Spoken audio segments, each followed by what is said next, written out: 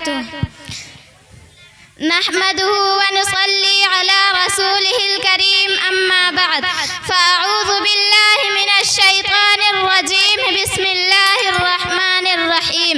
يا أيها الناس كلوا مما في الأرض حلالا وطيبا ولا تتبعوا خطوات الشيطان إنه لكم عدو مبين. وقال النبي صلى الله عليه وسلم يأتي على الناس زمان لا يبالي المرء ما أحد أم الحلال أم من الحرام. صدق الله العظيم وصدق رسوله النبی الکریم. میرے محترم بزرگوں اور دوستوں، میری ماں اور بہنوں، اسلام میں سود اور ربا کی حرمت کوئی مخفی چیز نہیں ہے.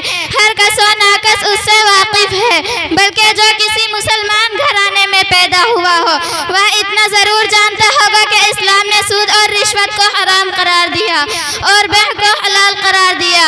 احل اللہ البیع وحرم الربا. بخاری شریف کی روایت ہے کہ اللہ کے رسول صلی اللہ علیہ وسلم نے ارشاد فرمایا یأتی علی الناس زمان لا یبالی المرء ما احد ام الحلال ام من الحرام. کہ میری امت کے لوگوں پر بھی ایسا زمانہ آئے گا کہ لوگ اس بات کی پرواہ نہیں کریں گے کہ مال کو حلال طریقے سے کسب کیا یا حرام طریقے سے کیا. وقال النبی صلی اللہ علیہ وسلم امر لی 70 جزءا ایسرها ان یوکح الرجل امه. ربا کے 70 درجے ہیں، ان میں سے سب سے ہلکا درجہ یہ ہے کہ انسان اپنی ماں کے ساتھ زنا کرے. نعوذ باللہ.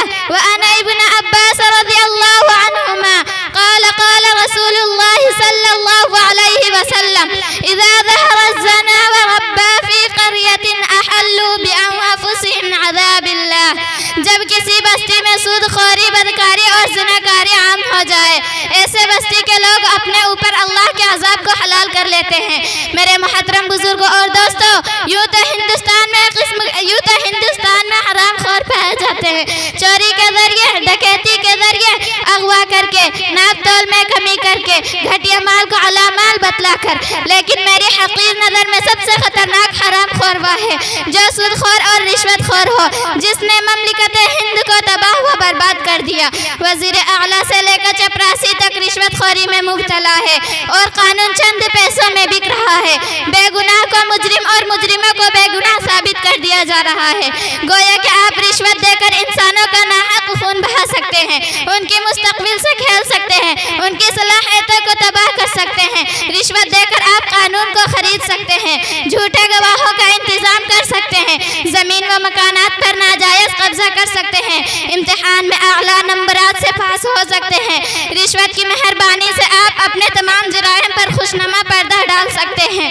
آج کل چلتا ہے یوں ہی کاروبار زندگی، آج کل چلتا ہے یوں ہی کاروبار زندگی. جرم کر کے پھنس گئے تو گھوس دے کر چھوٹ جا. یعنی دنیا کا ہر کام رشوت کے بلبوتے پر انجام دیا جا سکتا ہے.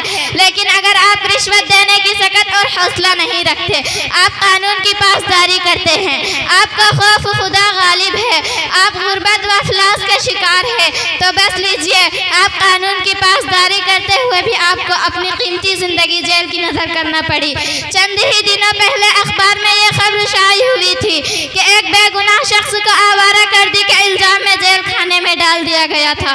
آج اس کی ضمانت ہوئی جب اس کو نکالا گیا تھا تو وہ نوجوان تھا، اور جب اس کو نکالا گیا تو اس کی کمر بھی خم ہو چکی تھی، اس کے بال بھی سفید ہو چکے تھے. وہ اپنے ماضی پر شرمندہ اور مستقبل سے مایوس ہو چکا تھا کیونکہ اس کے پاس رشوت دینے کی سکت اور حوصلہ نہیں تھی. تو بس اس لیے اس کو اپنی قیمتی زندگی اس لیے اس کو اپنی قیمتی 50 سال جیل کی نظر کرنا پڑی. اور رشوت کھانے والوں، لعنت ہو تمہاری زندگی پر، تمہارے طرز عمل پر کہ تم نے نہ جانے کتنے نوجوانوں کو، جوانیوں کو تباہ کر دیا، نہ جانے کتنے گھروں کو اجاڑ دیا، نہ جانے کتنے ماؤں سے ان کے بیٹیوں کو جدا کر دیا، نہ جانے کتنے بیویوں سے ان کے شوہر کو چھین لیا، نہ جانے کتنے بہنوں سے ان کے بھائیوں کو جدا کر دیا. تم نے محض اپنی ہوشکاری کے خاطر کتنے بے گناہ کو مجرم اور کتنے مجرموں کو بے گناہ ثابت کر دیا۔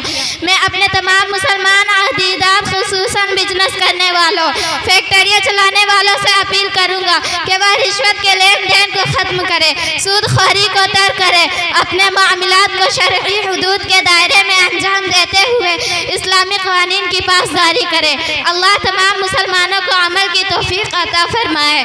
یا رب عمل خیر کی توفیق عطا کر، یا رب عمل خیر کی توفیق عطا کر، ہے خیر کے طالب رہ صدیق عطا کر۔ طویل عمر ہے درکار اس کے پڑھنے کو، طویل عمر ہے درکار اس کے پڑھنے کو، ہماری داستان اور ایک مختصر میں نہیں۔ وآخر دعوانا الحمدللہ رب العالمین۔